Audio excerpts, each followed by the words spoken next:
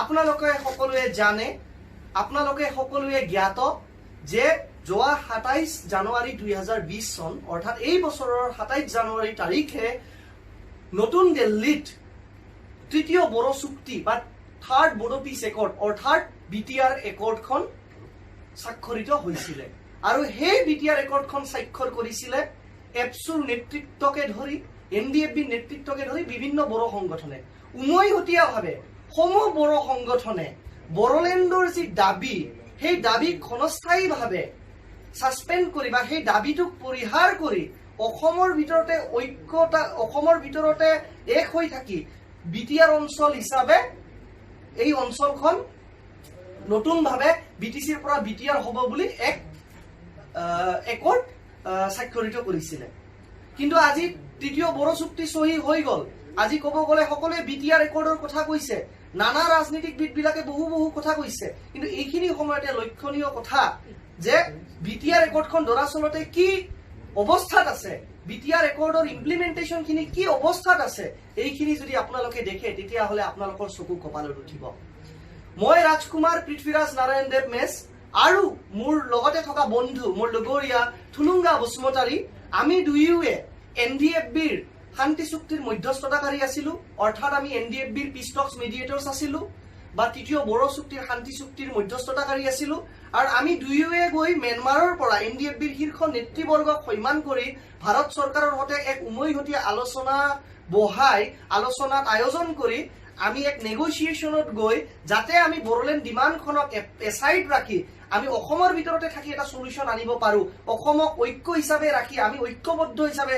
অসমীয়া হিচাপে যাতে ইয়াতে জীয়াই থাকিব পাৰো, তাৰ বাবে এখন একৰ্ড আমি স্বাক্ষৰ কৰাৰ কাৰণে আমি যুঁজা চলাইছিলো দিল্লীত। আৰু তাৰ পৰিণতিত NDFB সমূহ গোটে আমাৰ মধ্যস্থতাত সৈমান হৈ তেওঁলোকে একেলগে আহি দিল্লীত তেওঁলোকে একৰ্ডখন সাইন কৰিলে। আনকি বি চাওৰাইগৰা নেতৃত্বাধীন NDFB এছু তেওঁলোকৰ যিমানবোৰ সন্ত্ৰাসবাদৰ কাৰ্যকলাপ আছে, তেওঁলোকৰ যিমানবোৰ অস্ত্ৰৰে তেওঁলোকৰ যি নন ভায়োলেণ্ট ৰিভলিউশ্যন আছিলে, সেই এক্সট্ৰিমিষ্ট মুভমেণ্টটো তেওঁ ত্যাগ কৰি তেওঁ আৰ্মছ লে ডাউন কৰি সমূহ নেতৃবৰ্গই এই একৰ্ডখনক সন্মান জনাই মানে মূল সুঁতিলৈকে ঘূৰি আহিছিলে। তাৰ কাৰণে আমি বহুতো ধন্যবাদ দিওঁ আপোনালোকক যে আপোনালোকে আমাক বহুত সহায় সহযোগিতা আগবঢ়াইছিলে, আনকি চৰকাৰেও বহুত সহায় সহযোগিতা আগবঢ়াইছিলে। আৰু অসমৰ ৰাইজৰ যি প্ৰাৰ্থনা, অসমৰ ৰাইজৰ যি আশা কামনা আছিলে যে NDFB মৰিলেও, NDFB গুলিত মৰিলেও আমাৰে এজন অসমৰ সন্তান ঢুকায়, আনকি আৰু যদি NDFBয়ে কোনোবা পুলিচ বা আৰ্মিক মাৰে তেওঁ কিন্তু আমাৰে সন্তান, আমাৰে অঞ্চলৰ সন্তান। গতিকে দুই পক্ষই ইয়াতে লাভান্বিত হৈছিলে, NDFB হৈছিলে, বড়ো ৰাইজেও হৈছিলে আৰু লগতে অসমৰ প্ৰশাসনেও ইয়াৰ জৰিয়তে লাভালাভ মানে প্ৰাপ্ত কৰিছিলে। আজি এয়া অতিকৈ দুখ লাগিছে যে আমি দুয়োৱে মধ্যস্থতাকাৰী হিচাপে এই সংবাদ মেলটো পুনৰাই আপোনালোকক সম্বোধন কৰিবলগীয়া হৈছে। কাৰণ আমি দুখ পাইছো যে আপোনালোকে যি ২৭ জানুৱাৰী ২০২০ চনত BTR একৰ্ড অৰ্থাৎ তৃতীয় বড়ো চুক্তি চহী হোৱা বুলি আপোনালোকে সকলোৱে সংবাদ মাধ্যমত তাৰমানে নিউজ কভাৰ কৰিছিলে, সকলোৱে উলহ মালৰে বম ফুটিয়াইছিলে, ফূৰ্তি কৰিছিলে যে আজিৰ পৰা আৰু অসমত বড়োলেণ্ড আন্দোলন নহ'ব, আজিৰ পৰা আমি অসমত BTC আৰু অসমখন ভাই ভাই হিচাপে থাকিব, আমিও সেয়াই আশা কৰিছিলো। কিন্তু আজি কি হ'ল, আজি ক'ব গ'লে BTR একৰ্ডখন ক'ব গ'লে এক ফপুলা স্বৰূপ হিচাপে হৈ থাকিলে। আমি মধ্যস্থতাকাৰী হিচাপে আমি দুখ অনুভৱ কৰো যে BTR একৰ্ড বা তৃতীয় বড়ো চুক্তি অনুযায়ী পেৰা 3.1 অফ দ্য মেমৰেণ্ডাম অফ সেটেলমেণ্ট অৰ্থাৎ BTR একৰ্ডৰ পেৰাগ্ৰাফ 3.1 3.1 কি কোৱা হৈছিলে, that 3.1 of the memorandum of settlement particularly mentions that a commission will be appointed under paragraph 14 to the 6th schedule of the Constitution of India soon after signing of the MOS. And upon recommendation of the Commission, para 3.1(1) of the Memorandum of Settlement specifically refers to the inclusion of contiguous villages to the Bodoland territorial area districts having majority of tribal population as demanded by Bodo organizations signing the MOS. অৰ্থাৎ BTR চুক্তিখন স্বাক্ষৰ হোৱা মৰ্মে বা BTR একৰ্ডৰ অনুযায়ী para 3.1 অনুযায়ী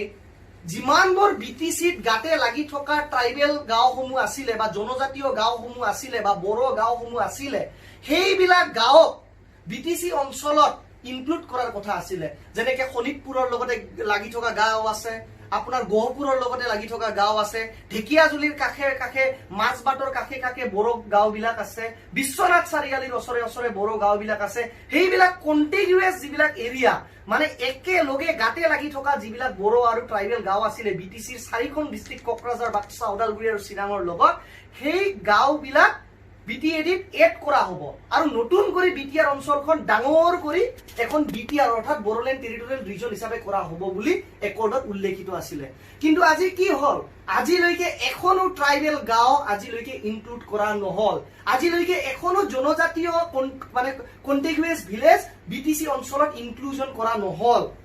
তদুপৰি এইখন ইনক্লুজন কৰাৰ বাবে কোৱা হৈছিলে যে commission will be appointed soon after signing of the MOS under paragraph 14 of the 6th schedule, অৰ্থাৎ 6th schedule 6th অনুসূচীৰ 14 নং দফা অনুযায়ী এটা আয়োগ গঠন কৰা হ'ব বা এখন কমিশন গঠন কৰা হ'ব, যে কমিশনৰ জৰিয়তে কমিশনে ৰিপৰ্ট দিব কোনবিলাক গাঁও ইনক্লুড কৰিব লাগে, কোনবিলাক নতুনকে গাঁও ইনক্লুজন কৰিব লাগে আমাৰ BTC অঞ্চলত BTR কৰাৰ বাবে। কিন্তু এই কমিশন গঠন কৰা নহল, সেই আয়োগো গঠন কৰা নহল। সেই আয়োগখন immediately after signing of MOS, immediately বুলতে কি বুঝায় 7 দিন 10 দিন 15 দিন, কিন্তু আজি 7 মাহ উকলি গল, 8 মাহ উকলি গল, কিন্তু এতিয়ালৈকে আয়োগৰ কোনো নামো গন্ধ পোৱা নাই। আয়োগখনে ৰিপৰ্ট দিয়াৰ কথা আছিলে as per para 3/3 of the MOS, paragraph 3 subsection 3 of the memorandum of settlement, অৰ্থাৎ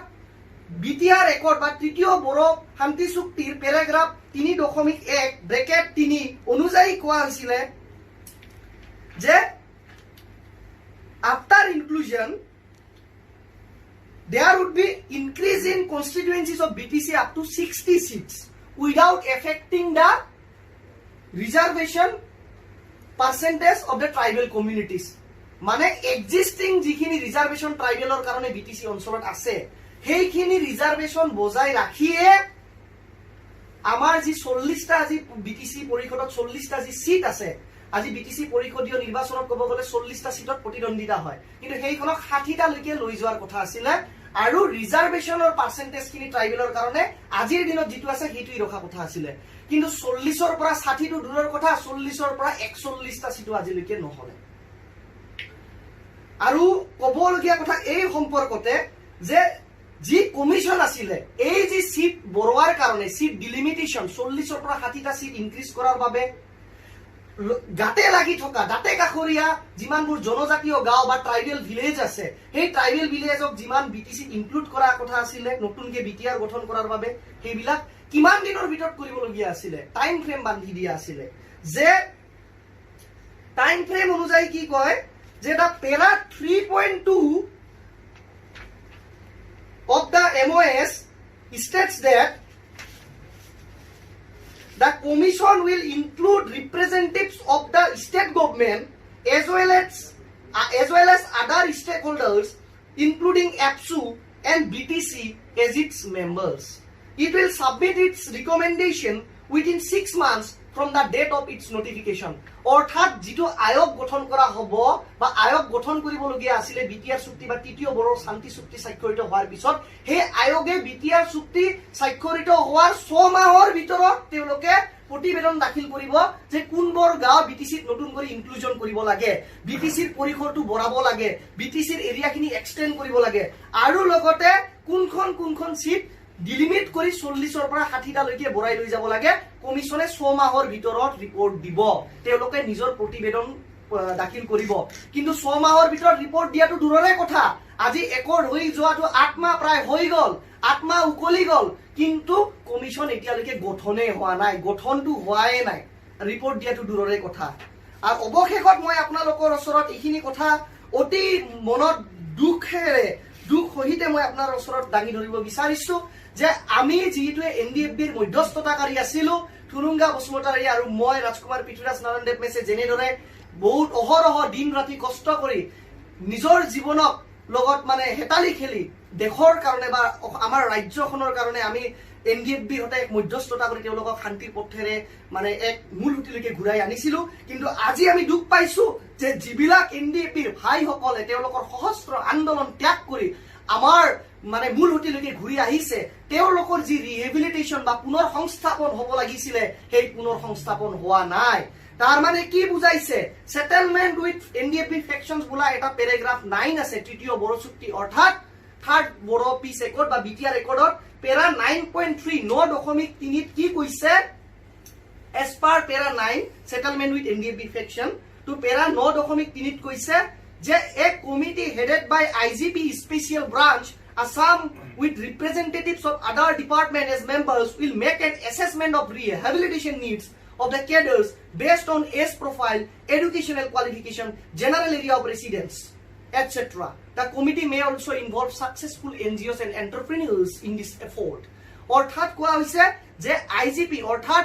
আৰক্ষীৰ মহাপৰিদৰ্শক যি নেকি স্পেচিয়েল ব্ৰাঞ্চ বিশেষ বিভাগৰ আৰক্ষী মহাপৰিদৰ্শক আজিৰ দিনত ক'ব গ'লে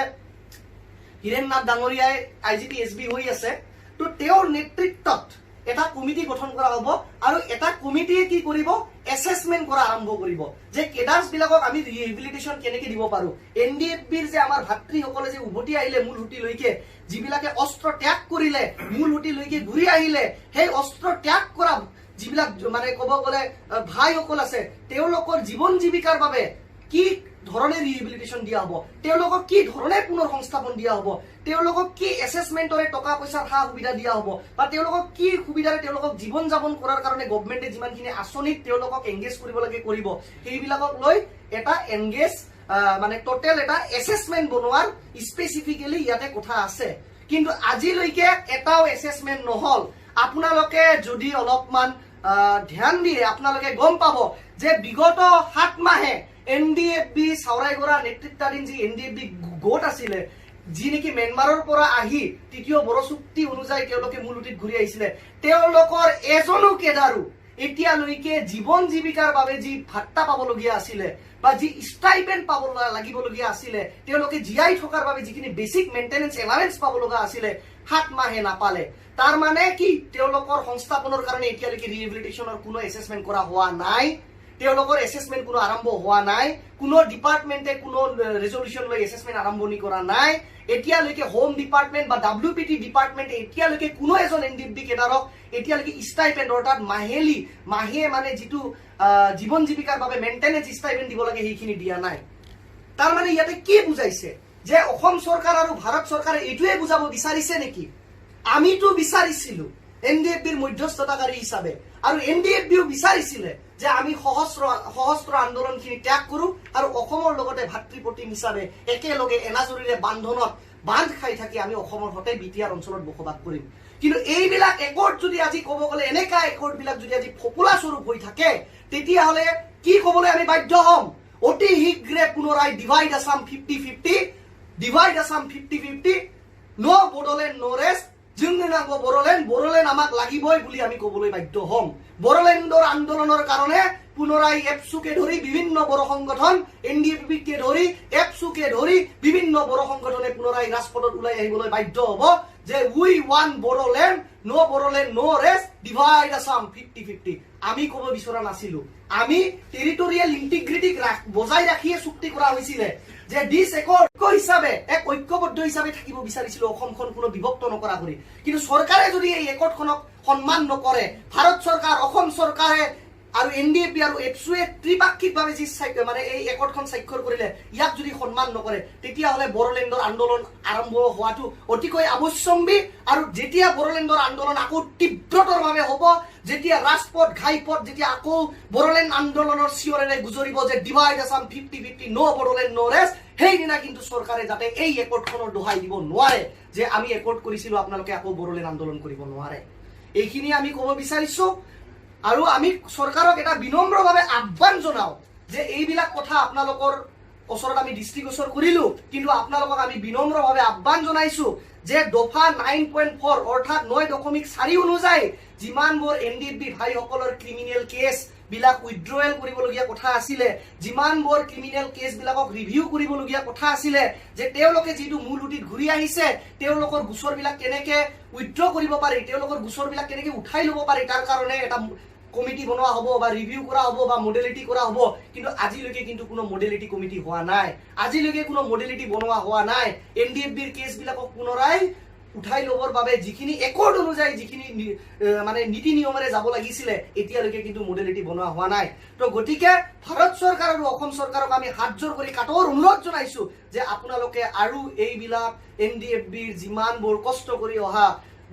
সশস্ত্ৰ আন্দোলনত জীৱন ত্যাগ দিয়া যিমানবোৰ ব্যক্তি আজি মূলসুঁতিলৈকে ঘূৰাই আহিছে NDFBৰ ভাইসকলৰ জীৱনৰ লগত আৰু হেতালি খেলা বন্ধ কৰক। তেওঁলোকক ষ্টাইপেণ্ডটো টাইমত দিয়ক, তেওঁলোকক জিৰাই থকাৰ বাবে সুযোগ এটা দিয়ক, আৰু তেওঁলোকেও যাতে আমাৰ দৰে ভাল মানুহ হৈ আহিব পাৰে, আমাৰ দৰে যাতে মূলসুঁতিত ভাল মানুহৰ দৰে এক মানে ডিগনিটি এক আত্মসন্মানেৰে জীয়াই থাকিব পাৰে, তাৰ কাৰণে তেওঁলোকৰ গোচৰবিলাক উঠাই লোৱাৰ বাবে যিখিনি পদক্ষেপ গ্ৰহণ কৰিব লাগে অসম চৰকাৰ আৰু ভাৰত চৰকাৰে অতি শীঘ্ৰে সেই পদক্ষেপ গ্ৰহণ কৰক, এইখিনিয়ে মই অনুৰোধ জনাইছোঁ। মই আশা কৰোঁ যে আপোনালোকক মই স্পেচিফিকেলি কথাখিনি ক'লোঁ। মোৰ বন্ধু থুলুংগা বসুমতাৰীয়ে 1 মিনিট বা 2 মিনিটৰ কাৰণে তেওঁ বস্তুখিনি তেওঁৰ যিখিনি অভিজ্ঞতা বা তেওঁৰ যিখিনি ক'বলগীয়া আছে ইয়াৰ সম্পৰ্কে তেওঁ এক্সপ্ৰেছ কৰিব। Today, we are here to request the government of India and the government of Assam regarding to the signing of the tripartite border accord that it has to be honored. And while we are demanding today to implement the BTR accord as part of specific clauses that mentioned relating to the inclusion of the villages to the BTR, as well as for the withdrawal of the cases and review the cases of the NDB cadres, and to initiate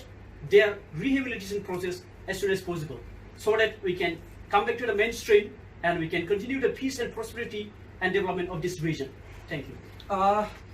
Actually, কথাটো হল আজি main মূল ইস্যুটো আমি কৈ দিলো, কিন্তু আপোনালোকে এইটো বস্তু মানে প্ৰচাৰ কৰিব বুলি আমি আপোনালোকক অনুৰোধ জনাইছো যে সংবাদ মাধ্যমত আমি আমাৰ বিষয়খিনি বা ক্ষোভখিনি আমি দাঙি ধৰিলো, কিন্তু এই সম্পৰ্কে যিটোৱে ভাৰত চৰকাৰে আৰু অসম চৰকাৰে তৃতীয় বড়ো চুক্তি অৰ্থাৎ BTR ৰেকৰ্ড হিচাপে যিটো তেওঁলোকে BTR ৰেকৰ্ডৰ দফা মতে কোনো এটা কাম কৰা নাই, দফা অনুযায়ী কোনো পদক্ষেপ গ্ৰহণ কৰা নাই, তাৰ বাবে নৰ্থ ইষ্ট হেৰিটেজ ফাউণ্ডেশ্যনৰ তৰফৰ পৰা থুলুংগা বসুমতাৰী আৰু মই যিটোৱে আমি NDFB পিছ টক্সৰ মেডিয়েটৰ্ছ আছিলো, NDFB শান্তি চুক্তিৰ মধ্যস্থতাকাৰী আছিলো, তাৰ বাবে নৰ্থ ইষ্ট হেৰিটেজ ফাউণ্ডেশ্যনৰ তৰফৰ পৰা তেওঁ আৰু মই আমি দুয়োৱে গুৱাহাটী উচ্চ ন্যায়ালয়ত এখন PIL গোচৰ ৰুজু কৰিছো। PIL অৰ্থাৎ জনস্বাৰ্থ জড়িত আবেদন আমি ৰুজু কৰিছো। PIL ক্ৰমিক নং হল 49/2020 অৰ্থাৎ 2020 চনৰ 49 নং PIL আমি মহামান্য গুৱাহাটী উচ্চ ন্যায়ালয়ত ৰুজু কৰিছো, আৰু আমি গুৱাহাটী উচ্চ ন্যায়ালয়ৰ ইমিডিয়েট ইন্টাৰভেনশ্যন বিচাৰিছো। আৰু নজিৰবিহীন ঘটনা এয়া, আজিলৈকে কোনো একৰ্ডক লৈ চাগে উচ্চ ন্যায়ালয় বা উচ্চতম ন্যায়ালয়ত দ্বাৰস্থ হ'বলগীয়া হোৱা নাই, কিন্তু এনে এখন ত্ৰিপাক্ষিক চুক্তি হল যে আমিও দুখ পাইছো আৰু আমাৰো নজিৰবিহীন ঘটনা হৈছে যে আমি সেই যে চৰকাৰে কোনো এটা দফা NDFBৰ পুনৰ সংস্থাপন লৈ আজিলৈকে ফুলফিল নকৰিলে, BTAC অঞ্চলত আকৌ নতুনববীয়াকে গাঁওবোৰ ইনক্লুড নকৰিলে, আয়োগ এটা কমিশ্যন গঠন কৰিব লগা কথা আছিল, কমিশ্যন গঠন নহল, 6 মাহত ৰিপৰ্ট দিয়া কথা আছিল, কমিশ্যন 6 মাহ পাৰ হৈ গ'ল, কিন্তু কমিশ্যনৰে কোনো খবৰ নাই। তো সমূহৰ দাবী আমি ৰাখিছো উচ্চ ন্যায়ালয়ত, আমি আৰু ক্ষোভবিলাকক প্ৰকাশ কৰিছো যে একৰ্ড অনুযায়ী চৰকাৰে কোনো পদক্ষেপ গ্ৰহণ কৰা নাই, তাৰ কাৰণে আমি গুৱাহাটী উচ্চ ন্যায়ালয়ত দাবী জনাইছো যে অতি শীঘ্ৰে ভাৰত চৰকাৰ আৰু অসম চৰকাৰক মহামান্য গুৱাহাটী উচ্চ ন্যায়ালয়ে ডাইৰেকশ্যন দিব লাগে, অৰ্ডাৰ দিব লাগে, নিৰ্দেশ দিব লাগে যে যিমানবোৰ তাৰ মানে দফা আছে BTC গাঁও ইনক্লুজন কৰা, 40খনৰ পৰা 60খন সিট বঢ়াই লৈ যোৱা, বা NDFBৰ পুনৰ সংস্থাপন বা NDFBৰ কেছেছবিলাক উঠাই লোৱা, সেইবিলাক দফাবোৰ যাতে অতি শীঘ্ৰে চৰকাৰে মানে চিনচিয়াৰলি পদক্ষেপ গ্ৰহণ কৰে, তাৰ বাবে আমি মহামান্য উচ্চ ন্যায়ালয়ত এই PILখন দাখিল কৰিছো। আৰু PILৰ কপি এই যে জনস্বাৰ্থ জড়িত আবেদনৰ যি নেকি প্ৰতিলিপিখন আপোনালোকক প্ৰত্যেকটো সংবাদ মাধ্যমৰ বন্ধুসকল আপোনালোকক আমি প্ৰদান কৰিম। আৰু এই বস্তুখিনি উল্লেখ কৰিবলগীয়া বস্তু যে এই সম্পৰ্কত চৰকাৰৰ মানে বিৰুদ্ধে ভাৰত চৰকাৰ আৰু অসম চৰকাৰৰ বিৰুদ্ধে গুৱাহাটী উচ্চ ন্যায়ালয়ত আমি নৰ্থ ইষ্ট হেৰিটেজ ফাউণ্ডেশ্যনৰ তৰফৰ পৰা এটা PIL গোচৰ ৰুজু কৰিছো। ধন্যবাদ।